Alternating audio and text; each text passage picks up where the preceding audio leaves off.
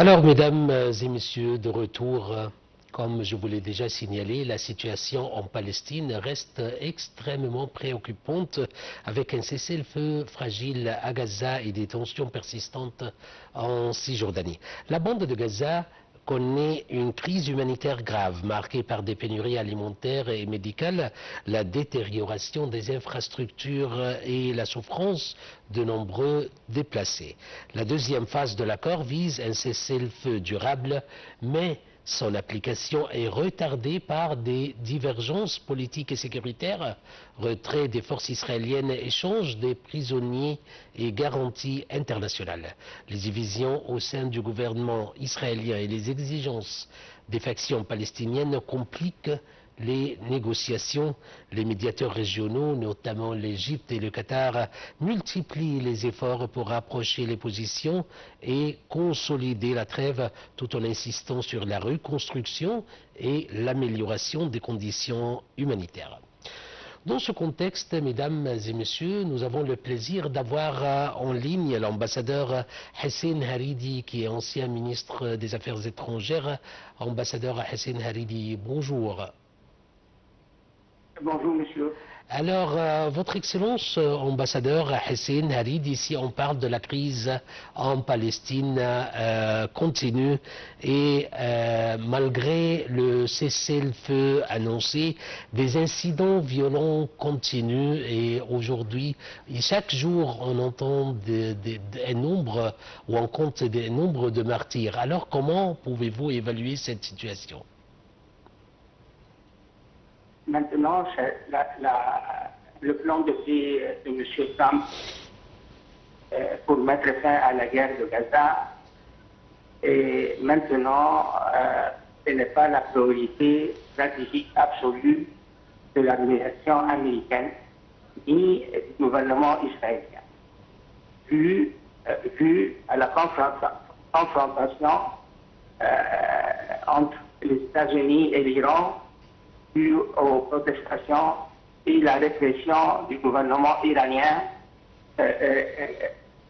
Alors, maintenant, en mai, ceci dit, on attend toujours l'annonce de la part de l'administration américaine de la formation du Conseil de la paix, entre guillemets, qui sera présidé par le président américain lui-même. Et en même temps, on attend l'annonce de ce comité palestinien de technocrates qui est censé gérer les affaires quotidiennes, les affaires municipales et la sûreté dans la bande de Gaza. Et le plus important, c'est la formation de la force de stabilisation internationale. On attend toujours l'annonce portant sur ces trois organismes clés de la seconde phase. Et voilà comment je vois les choses maintenant dans la bande de Gaza. Si les Américains vont attaquer l'Iran et Israël participerait dans ces attaques-là, alors dans ce contexte-là, la situation à Gaza va être plus compliquée aujourd'hui. Alors, Votre Excellence, l'ambassadeur Hussein Haridi, quelles sont les divergences bloquant la deuxième phase du cessez-le-feu? Je crois que l'obstacle principal, c'est le gouvernement israélien, c'est l'extrême droite israélienne, et puis certainement les distances dans le camp palestinien, et troisièmement l'hésitation de plusieurs pays arabes et musulmans à participer dans la force de stabilisation internationale. Une de ces tâches, vraiment c'est une tâche sensible et sérieuse, c'est le désarmement de Hamas. Alors, plusieurs pays arabes et musulmans ne sont pas prêts à rentrer dans une confrontation avec le Hamas. Jusqu'à maintenant, Hamas n'a pas annoncé qu'il est prêt à se désarmer.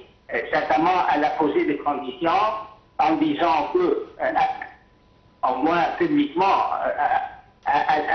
quand elle a annoncé que le Hamas est prêt à se désarmer une fois l'État palestinien est établi. Et voilà, mais certainement, on voit mal quand et comment cet État palestinien va être établi du fait que certainement l'opposition du gouvernement israélien il doit passer par le Knesset israélien qui certainement est tout à fait contre l'établissement d'un tel État. Ambassadeur Hussein Haridi, vous êtes ancien ministre adjoint des Affaires étrangères. Je vous remercie infiniment pour votre intervention. Merci. Merci. Je vous souhaite une excellente journée aussi. Alors, mesdames et messieurs, comme ça était la discussion sur la Palestine et maintenant je vous laisse avec une petite pause.